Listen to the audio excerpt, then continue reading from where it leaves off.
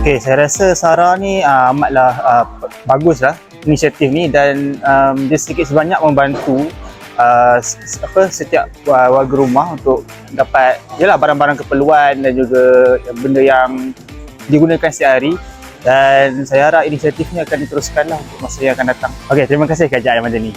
Ikut pendapat saya daripada sumbangan asrama, duit tu memang senang lah untuk kita orang, sebab hujung-hujung bulan tu kadang-kadang tak ada yang ada duit. Macam tu kita boleh guna duit tu untuk beli barang yang penting. Lepas tu saya haraplah duit ni lepas ni ada berterusan untuk snack-snack saja.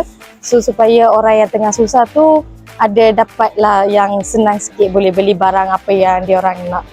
Terima kasih kepada keprihatinan kerajaan atas rakyat Malaysia.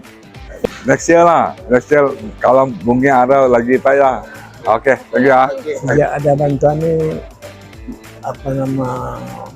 dapat juga menolong rakyat beli barang harga yang berpatutan. Terima kasih pada kerajaan macam ni. Masyarakat dia bagus sebab dia boleh bantu untuk beli barang-barang keperluan untuk family lah. So baguslah inisiatif kerajaan ni, boleh kurangkan sikit beban. Terima kasih kerajaan Madani.